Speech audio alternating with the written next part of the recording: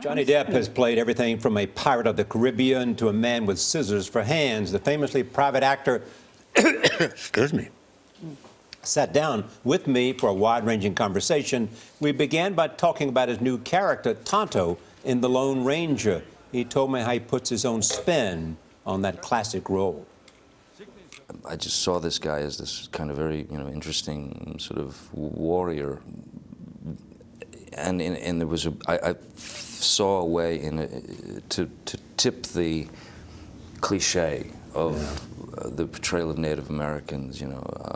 First and foremost was these people must be respected. These Native Americans, these human beings, need to be respected.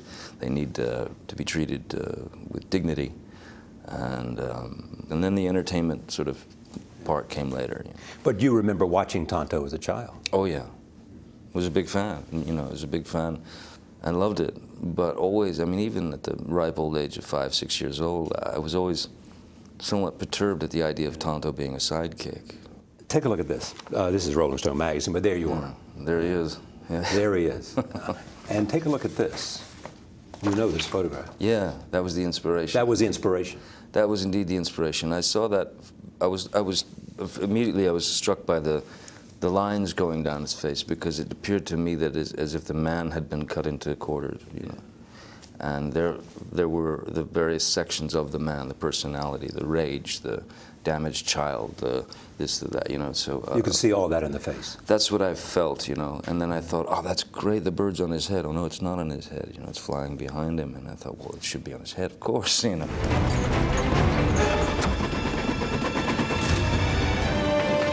get to the line. We jump. I think that even, now, when presented with the image of Tonto, Disney were struck by them. I think that when we went into production and they saw what was what I actually looked like really fully, I think that they were a little bit worried again. They had more doubts. And yeah, and that's sort of that. That's the kind of stimulus. It's stimulating for me. I find if somebody's a little worried about what I'm doing, then I think I might be doing it. You must be doing something right. Must be doing it right. If they're not worried, you're worried. Yeah, yeah, absolutely. If I don't see some sort of panic or fear near me, then I get worried. Well, were you worried when you turned 50? No, it was like, it was just a wake up. It's another day, and everybody makes a deal about, the idea of, 50, half a century and stuff like that. It felt like 40 to me. It just felt like another decade, really, I suppose the only thing at 50 you can really start to look forward to is just total irresponsibility. Irresponsibility or responsibility? Total irresponsibility, yeah. As you get older, you can just sit in a chair, can't you? You can wear anything you want.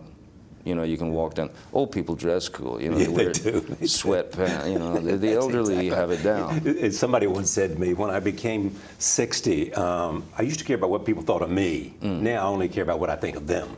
Yeah, exactly.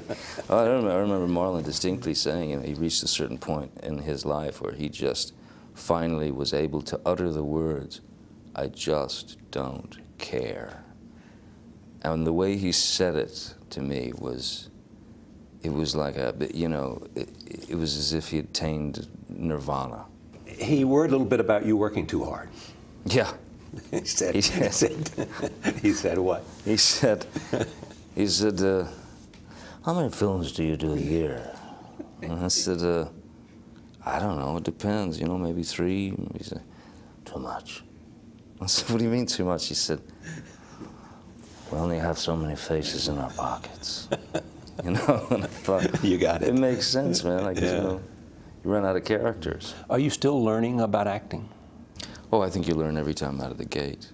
I think that's the thrilling thing about the process, is that every time you're out there and you give it a shot, with a character that might make people a little nervous initially, especially people with their wallets involved.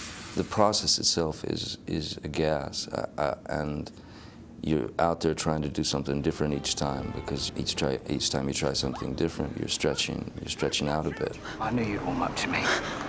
Commodore Norrington, my effects, please. What have kids meant for you? Kids? Your kids. My kids? Everything. What do you mean? Everything. They're, they've certainly made me grow up, that's for sure. Really? Yeah, well, they made me You mean grow take responsibility, or? Well, no, just as they you know, sort of progress throughout life, you know, and my son, my boy Jack, is now 11, my daughter Lily Rose is 14. You know, you start getting hit with some very interesting situations in life, you know, as a parent, when they approach that teenage arena, which is frightening because you still have memories of that age and the things that you might have been doing at that age. So, yeah, no, you can't. And you lay awake thinking, God, I hope they don't do what I did. Oh God, yeah, but please don't do what I did. Yeah, but I mean, really, you could explain and talk to them in you know, the split from their mother and having to come, which is always unpleasant regardless of what happens. Always, always. But they, I mean, my kids, and Vanessa, by the way, you know, I mean, we'd arrived at a place, as people do. When you have children, there's just no room for lies. There's no room for anything but the truth.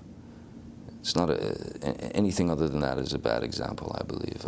So we were just very truthful with them, and they were incredibly understanding, incredibly accepting. I was extremely proud of them, you know, the way they dealt with it. Music, too. Yeah. Music, you know, is what you wanted to be. It still is my life. It always was. It's just, I just don't do it for a living anymore, you know. It's my natural habitat, really, you know, is to have a guitar strapped to me. Yeah, but when you played, you didn't want to be the vocalist, you wanted to be the man in the shadows. I wanted to, exactly. When I was, you know, playing clubs at, you know, 15, 16, 17 years old, even then I was, you know, trying to stay out of the lights. You know, tried to stay in the darkness and just play my guitar. Now, is any of that still part of who you are, the sense of? Most definitely. Really? The idea of being that lead singer, you know, of being the front man, to me, when you're in a group or a band, is So you'd rather be Keith than Mick? I'd rather be Keith than Mick, indeed. Yeah, yeah. That's what it boils down to. No disrespect, Mick. Yeah. None whatsoever. Exactly. None whatsoever. Be a good vocalist is fine with me. I just want to be back there. Great. I can't do that. Don't want to. Yeah. So look ahead at 50 to where the priorities are. What are they? I think, you know, now in this, you know, if 50, let's say, you know, the start of a new decade, I think, you know, the goals are maybe slightly more selfish in a sense. Not selfish, but that search for a little more freedom here and there, maybe a little less work, a little more time with the kids, you know, a little more freedom, a little more time off. Just more space. More space. More ability to, yeah, breathe and not, you know, have to be the novelty.